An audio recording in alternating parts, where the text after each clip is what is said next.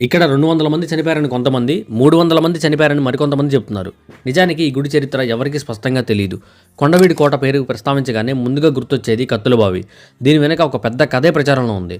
అవమానించారని ఒక బ్రాహ్మణుడు రెడ్డి రాజ్యంలోని 72 మంది సామంతరాజులను మట్టుబెట్టేందుకు ఈ గుడిని నిర్మించి గర్భగుడి లోపలే ఒక బావిని తవ్వించి అందులో కత్తులు దాచి ఆ రాజులను విందుకు ఆహ్వానించారని, అలా ఈ బాలకృష్ణుని ఆలయాన్ని దర్శించేందుకు వచ్చిన రాజులంతా ఈ బావిలో పడి చనిపోయారని ఒక కథ బాగా ప్రచారంలో ఉంది. అందువల్లే ఈ గుడికి కత్తుల బావి అనే పేరు వచ్చింది.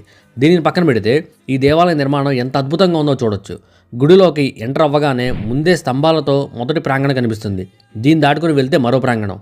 ఆ కాలంలో నిర్మాణ శైలి, రాతిని ఎంతో అందమైన రూపంగా మలిచిన తీరును చూస్తే ఆశ్చర్యపోతారు. అప్పట్లో దేవాలయాల మీద జరిగిన దాడుల వల్ల దేవతల విగ్రహాలన్నీ పగిలిపోయి ఉన్నాయి. గోడల మీద ఉన్న, స్తంభాల మీద ఉన్న విగ్రహాలు కూడా అర్థం కాకుండా పగలగొట్టేశారు. స్టార్టింగ్ ఎంట్రన్స్లో ఉన్న ఈ మండపం నవాబుల కాలంలో నిర్మించినట్లుగా ఉంది. అందుకే గుడి నిర్మాణానికి దీనికి ఎలాంటి సంబంధం లేకుండా ఉంది. ప్రచారంలో ఉన్న